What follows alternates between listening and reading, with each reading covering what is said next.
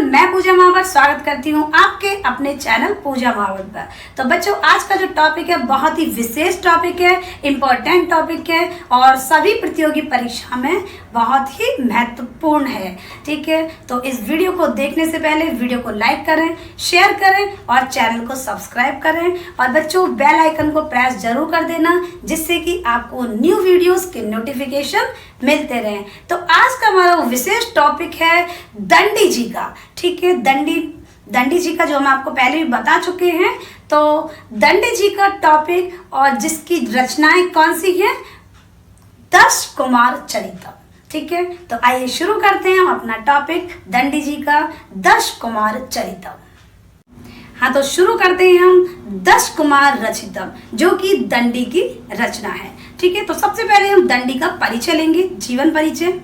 संस्कृत के अन्य साहित्यकारों के समान दंडी के जीवन के विषय में आज भी निश्चित रूप से कुछ नहीं कहा जा सकता। दंडी की एक रचना है जो कि अवंत सुंदरी कथा प्राप्त होती है, जो आज भी विवादास्पद है। अर्थात एक तो यह अपने पूर्ण रूप में उपलब्ध नहीं है, दूसरी बात यह है कि इसको कुछ विद्वान दंडी द्वारा लिखित नहीं मानते। फिर भी दंडी के विषय में यह मान्यता रही है कि वे महाकवि भारवी के समकालीन थे। ये दक्षिणात्य ब्राह्मण थे। ठीक है, ये कहाँ थे, तथा कांची नगरी में ये रहते थे और शैशव काल में अर्थात बचपन की अवस्था में ही माता पिता का स्वर्गवास हो गया था। अतः अकेले ही इन्होंने साहित्य साधना करते रहे और एक बार कांची पर चालुक्य नरेश ने आक्रमण करके इस नगरी को लूट लिया था। तब दंडी भी कांची छोड़कर चले गए थे और इधर उधर घूमते रहे। और फिर क्या हुआ, परंतु जो पल्लव राजा नरसिंह वर्मा प्रथम ने जब कांची पर फिर अपना अधिकार कर लिया था, तो दंडी फिर कांची आ गए थे और उन्हीं राजा के आश्रम में रहकर काव्य रचना करते रहे। दंडी के समय के विषय में भी विवाद रहा है कि फिर भी दंडी का समय 600 ईस्वी के लगभग होना चाहिए। अब इनकी रचनाएं कौन सी हैं, अब इनकी रचना के बारे में जानेंगे। दंडी जी की रचनाएं भी निश्चित रूप से ज्ञात नहीं हैं। कुछ विद्वान उनके द्वारा रचित 6 रचनाओं को प्रमाणिक मानते हैं, परंतु दंडी ने मूल 3 रचनाएं लिखी थी। इस विषय में यह कथन ज्ञातव्य है, त्रयोदंडी प्रबंधश्च त्रैलोक्येषु विश्रुता। ठीक है, तो वो 3 रचनाएं हैं उनकी, कौन कौन सी, एक तो है 10 कुमार चरितम, दूसरी है काव्यादर्श और तीसरी है अवंत सुंदरी कथा। ये तीनों रचनाएं कैसी हैं, ये तीनों रचनाएं 3 प्रकार की रचनाएं हैं। ठीक है, जो 10 कुमार चरितम क्या है, ये एक गद्य काव्य है और काव्यादर्श काव्य शास्त्र है। तो अवंत सुंदरी जो कथा है वो क्या है, वो कथात्मक है। ठीक है, अब आता है हमारा 10 कुमार चरितम। अब 10 कुमार चरितम ये क्या है, गद्य काव्य के क्षेत्र में 10 कुमार चरितम एक महत्वपूर्ण रचना है, जो भाव और कला दोनों पक्षों में संस्कृत साहित्य का अमूल्य ग्रंथ है। इसके नाम से ही स्पष्ट हो जाता है कि इसमें 10 राजकुमारों के जीवन को चित्रित किया गया है। उन 10 राजकुमारों के नाम भी बताएंगे। दंडी को अमर बनाने वाला यही एकमात्र उनका ग्रंथ है जो गद्य साहित्य को भी समृद्ध करता है। और गद्य जो काव्य है गद्य काव्य की दृष्टि से यह एक कथा है, क्योंकि सर्वथा काल्पनिक रचना है और परंतु इसकी कल्पना सर्वथा निरर्थक न होकर तत्कालीन समाज का दर्पण प्रस्तुत करती है। ठीक है, अब हम एक दश कुमार चरितम का एक छोटा सा सारांश देखेंगे। अब 10 जो राजकुमार थे उनका नाम क्या क्या है? उनका नाम है सबसे पहले राजवाहन, दूसरा है पुष्पोद्धव, तीसरा है सोमदत्त, चौथा है अपहार वर्मा, पांचवा है उपहार वर्मा, छठवां है अर्थपाल और सातवां है प्रभूति, आठवां है मंत्रगुप्त और नवां है मित्रगुप्त और 10वां है विश्व। ठीक है, तो ये थे राजकुमार 10 जो कुमार थे जिनकी कहानी हम बता रहे हैं आपको। तो अब है हमारा दूसरा पॉइंट, तत्कालीन अवस्था का चित्रण। ठीक, जो 10 कुमार चरितम की कथा चाहे कितनी ही परिकल्पित हो, परंतु इसकी सबसे बड़ी विशेषता क्या है? इसकी सबसे बड़ी विशेषता यह है कि इसमें युगीन चित्रण है। 10 राजकुमार चारों दिशाओं में जाते हैं तो वहाँ के वातावरण को देखते हैं और युग की यथार्थता का चित्रण इसमें पाया जाता है। ठीक, तो समाज में अच्छे बुरे, शुभ अशुभ, संगत असंगत, अश्लील श्लील, सामान्य और असामान्य। ठीक है, तो जो असामान्य होते हैं, सामान्य होते हैं, सभी प्रकार के नर नारी रहते हैं और सभी प्रकार का वातावरण है और सभी प्रकार की चित्रवृत्तियाँ हैं जिनके जो जीता जागता उदाहरण क्या है इस गद्य काव्य में प्राप्त है। जो पाखंडी और धूर्त साधुगण, क्रूर और ठगने वाली वेश्याएं, महाधूर्त व प्रपंच भरी जो कुटिनियां होती हैं, धनवान परंतु कंजूस सेठ, दुष्चरित्रा स्त्रियां, कामुक और काम जो कुवासना से भरी हुई युवतियां, सुंदर राजकुमारों का प्रेम, उनके साथ छल कपट, आवारा समुदाय, मीठा बनकर ठगना। ये देखिए जब वो घूम रहे थे तो ये सारी चीजें उन्होंने अनुभव करी हैं। ठगना, जुआरी, मद और काम से अंधे राजा आदि जो सभी कुवासना और विकृत चित्तवृत्ति वाले यत्र तत्र दिखाई पड़ते हैं। दूसरी ओर स्वामी के लिए प्राणों को उत्सर्ग करने वाले जो सेवक होते हैं, धर्मात्मा राजा और भोली भाली कन्याएं, पतिव्रता नारियां भी समाज में दिखाई पड़ती हैं। ठीक है, और कहीं कन्याओं का अपहरण। ठीक, तो समाज में तो सभी कुछ होता है, वो सारी दशाओं को इसमें दर्शाया गया है। तो कहीं कन्याओं का अपहरण तो कहीं राजाओं के साथ छल कपट, कहीं धन को प्राप्त करने के लिए अनैतिक और जानलेवा प्रवृत्ति दिखाई पड़ती है। ऐसा ज्ञात होता है कि आदर्श और शालीन नियम सामाजिक मान्यताओं के पीछे समाज में कुप्रवृत्तियां व्याप्त थी। ठीक है, और लुक छिपकर अर्थात छुप छुपाकर अनेक अपराध, बलात्कार और कामुक हिंसाएं हो रही थी। कवि दंडी उन्हें प्रस्तुत करके दूर करना चाहते थे, यथार्थता को प्रस्तुत करके समाज को उनके भद्दे व कुरूप दिखाना चाहते थे। तो ये थी हमारी दंडी जी की। अब है तीसरा पॉइंट, पात्रों की यथार्थता। अब देखेंगे इसमें क्या है, पात्रों की यथार्थता। कवि ने यहाँ नायक नायिका का प्रश्न न रखकर समाज के पात्रों की यथार्थता को व्यक्त की है। नारी जीवन विडंबना को विशेष रूप से इस गद्य काव्य में प्रस्तुत किया गया है। पात्रों का चरित्र घटनाओं के चक्र में क्या होता है, ज्ञात हो जाता है और सभी पात्र यथार्थवादी हैं, सामाजिक हैं, व्यवहारिक हैं और अवसरवादी हैं और दुनियादारी हैं। ठीक है, और स्वार्थ भी है, परोपकार भी है और अपने कार्य की सिद्धि के लिए सभी अनैतिक साधनों को अपनाते हैं। और ज़्यादातर ऐसा होता भी है, कार्य की सिद्धि होनी चाहिए, मनुष्य का यही रहता है ज़्यादातर कि वो क्या करते हैं, सभी अनैतिक साधन भी अपनाते हैं और नैतिक भी।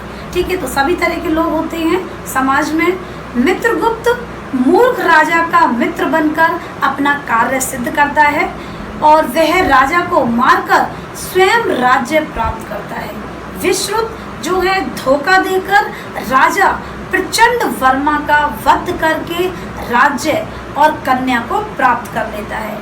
विहार जो भद्र पुष्प वर्मा नामक राजा को इस प्रकार की मीठी मीठी बातों से क्या करता है, ठगता है कि जिससे वह बेचारा स्वयं भी क्या होता है, मारा जाता है और प्रजा भी दुखी होती है।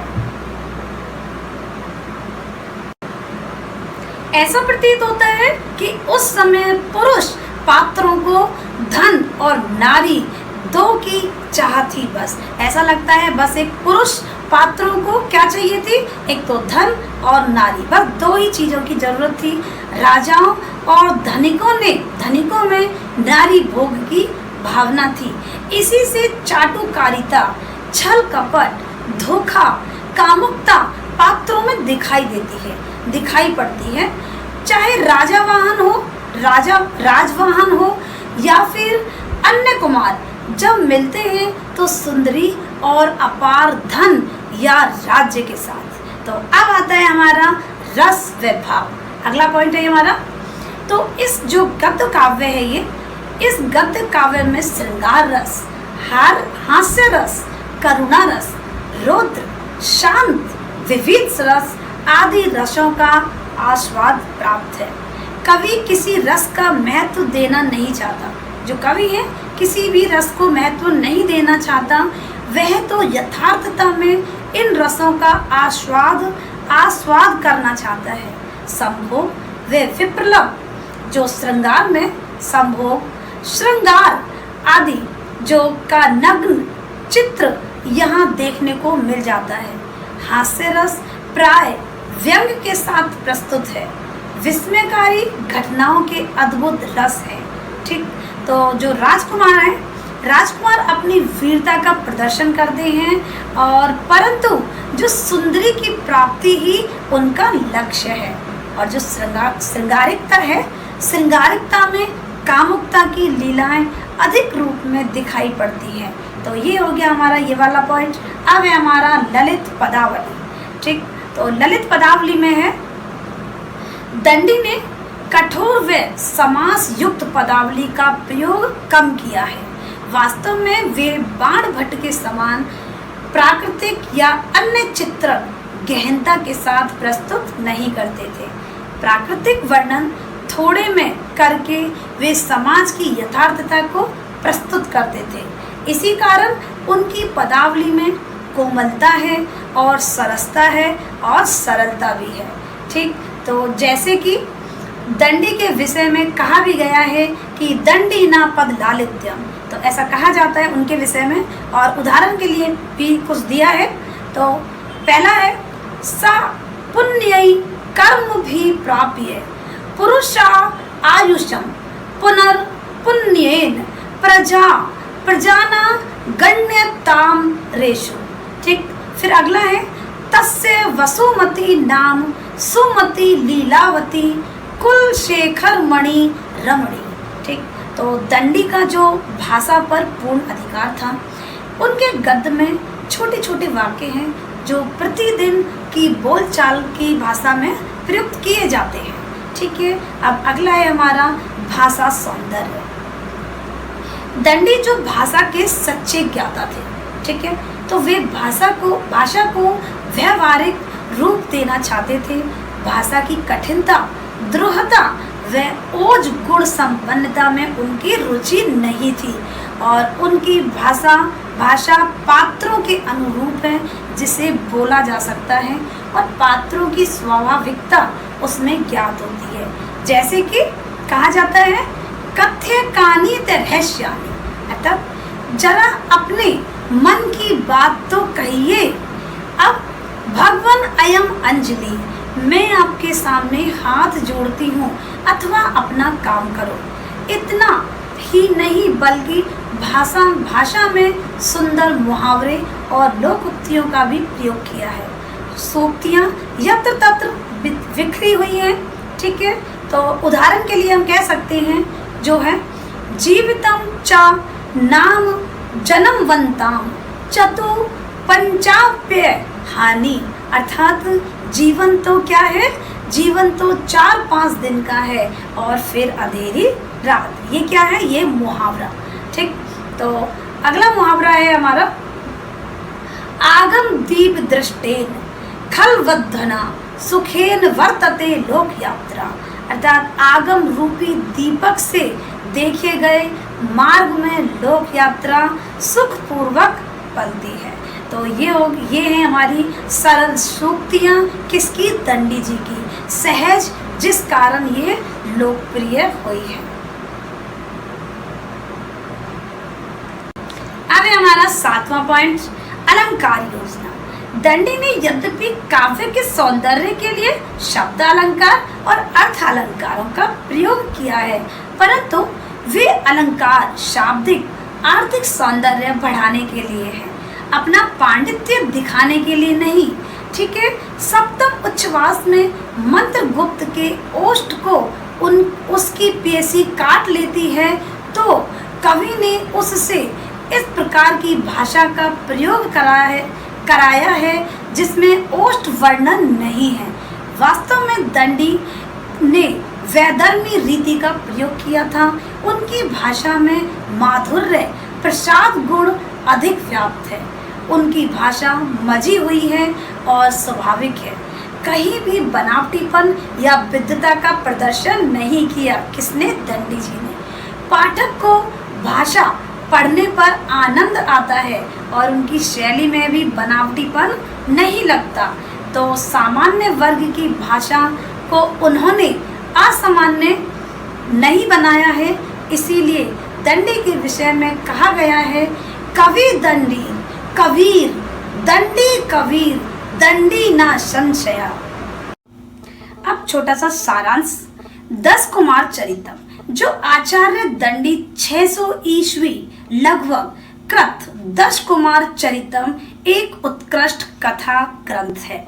वर्तमान समय में 10 कुमार चरितम 3 भागों में है। एक तो है पूर्व पीठिका, दूसरी है 10 कुमार चरित और फिर तीसरा है उत्तर पीठिका में उत्तर पीठिका उपलब्ध होता है। ठीक है, अधिकांश विद्वानों का मानना है कि इनमें जो दूसरी है 10 कुमार चरित ही आचार्य दंडी की रचना है, जिसमें कुल कितने 8 उच्छ्वास है। ठीक है, तो 8 उच्छ्वासों के बारे में बताएंगे। सॉरी, कीथ महोदय है जो कीथ महोदय के अनुसार इस कथा ग्रंथ का आधार गूढ़ाढ्य, कृत और बृहत कथा है।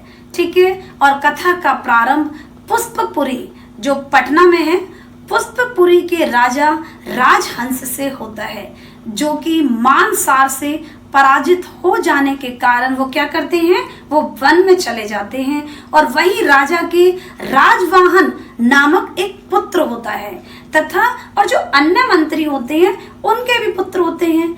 ये देशों में ये क्या होता है और फिर क्या होता है, ये जो 10 जो राजकुमार होते हैं, ये 10 राजकुमार बड़े होने पर यात्रा के निमित्त परदेश चले जाते हैं। ठीक, और जो फिर क्या होता है, जो कि भाग्यवशात अर्थात भाग्य के वशीभूत अलग अलग देशों में पहुंच जाते हैं ये जो राजकुमार होते हैं। तो तथा जो विचित्र संकटपूर्ण जीवन बिताते हैं, सभी के जीवन में बहुत सारे संकट भी आते हैं और उसी तरह का संकटपूर्ण वो अपना जीवन बिताते हैं राजकुमार। और राजवाहन से पुनः भेंट होने पर सभी आप बीती कहानी सुनाते हैं। ठीक, इन्हीं कहानियों घटनाओं का समन्वित रूप 10 कुमार चरितम कथा है। ठीक है, और प्रस्तुत ग्रंथ में आचार्य दंडी ने राजकुमारों के पर्यटन अनुभव तथा विचार आदि साहसिक कार्यों के माध्यम से सामान्य जीवन की कथाओं और समाज की दूषित दशा का माधुर्य व्यंजक जो है और वर्णों से युक्त समास रहित स्वल्प समास वाली जो ललित वैदर्भी रीति में सरल, सरस, अलंकृत व प्रासंगिक प्रणाली में विवेचन किया है। इस उपदेशात्मक नीति शास्त्रीय ग्रंथ की मुख्य रोचकता इसकी प्रतिपाद वस्तु में है, जिसमें निम्न स्तरीय जीवन और वृत्तांत का और ऐन्द्रजालिक व मायावी साधुओं का, राजकुमारियों व विपन्न राजाओं का, वैश्याओं का और चोरों व उन अनुरक्त प्रेमियों का जो स्वप्न में अथवा भविष्यवाणी द्वारा अपने प्रेमी को प्राप्त करने के लिए अभिप्रेरित होते हैं, इन तथ्यों का स्पष्ट चित्रात्मक वर्णन पाया जाता है।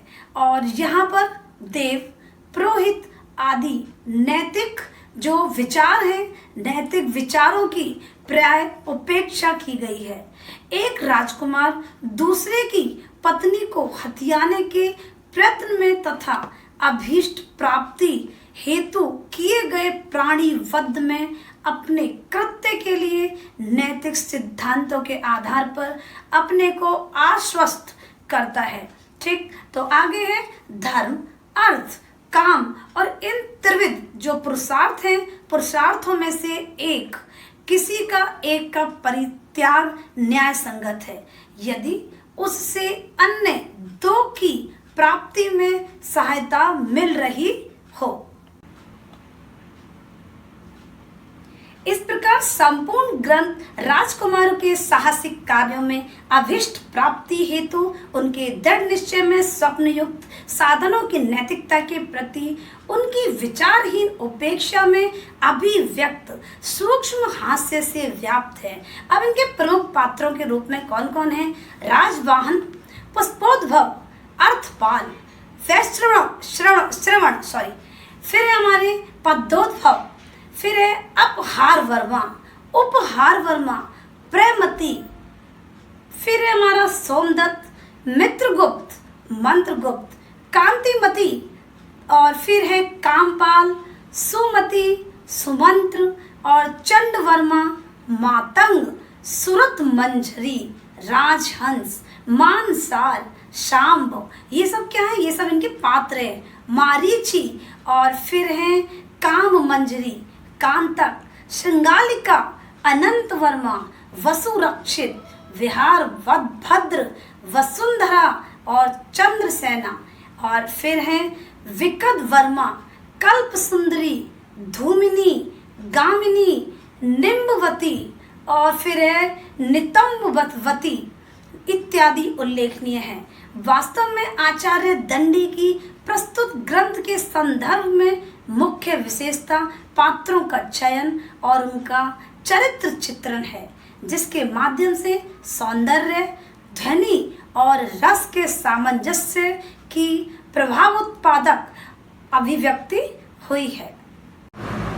हाँ, तो बस आप सभी को वीडियो पसंद आई होगी। तो बच्चों, अब हम करेंगे वही अपने क्वेश्चंस आंसर जो कि वीडियो के लास्ट में जो हम करते हैं। ठीक है, इम्पोर्टेंट क्वेश्चन, प्रतियोगी परीक्षा में सहायक क्वेश्चन। ठीक है, तो पहला क्वेश्चन है हमारा, दश कुमार चरितस्य पात्र विशेषः अस्ति। ठीक, तो जो 10 कुमार जो चरित है ये, तो इसमें विशेष पात्र है कौन? मेघनाथ, मैत्रेय, चित्ररथ, राजवाहन।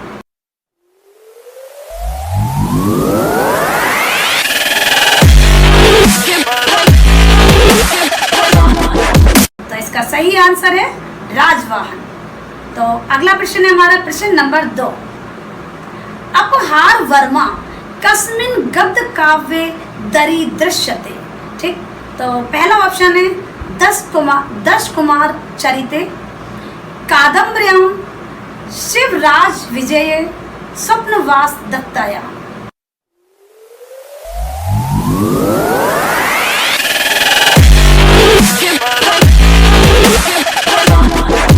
तो इसका सही आंसर आपको पता होगा। जी हाँ, इसका सही आंसर है ए, 10 कुमार चरिते। हाँ, तो अगला क्वेश्चन है हमारा, 10 कुमार चरितस्य पात्र विशेषः नास्ति। तो कौन सा है इसमें पात्र विशेषः नास्ति? ए ऑप्शन है हमारा सोमदत्तः, बी है चित्ररथ, सी है मंत्रगुप्त और डी है अर्धपाल।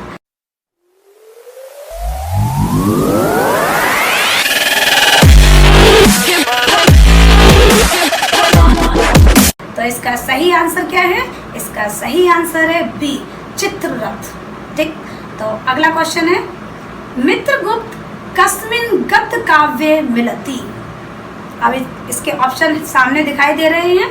तो ए हर्षचरिते, बी शिवराज विजय, सी दश कुमार चरिते, या फिर डी कादम्बर्या।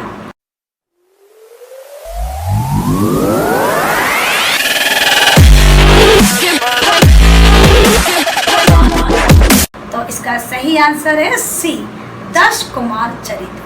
ठीक, तो बच्चों मैं आपको बार बार यही बात बोलती हूँ, ये बहुत ही इम्पोर्टेंट क्वेश्चन है। आप जब भी परीक्षा में जाओ तो इन क्वेश्चंस को जरूर एक बार देख लें। ठीक है, तो अगला क्वेश्चन है, लास्ट क्वेश्चन हमारा, दश कुमार चरिते अस्ति।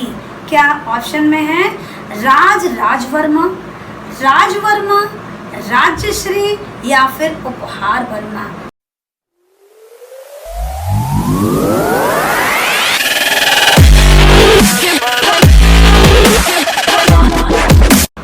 तो इसका सही आंसर है उपहार वर्मा। ठीक है, तो आशा है आप सभी को वीडियो पसंद आई होगी। बस तो वीडियो को लाइक करें, शेयर करें और चैनल को सब्सक्राइब करना ना भूलें। अब मिलते हैं अगली वीडियो के साथ। धन्यवाद।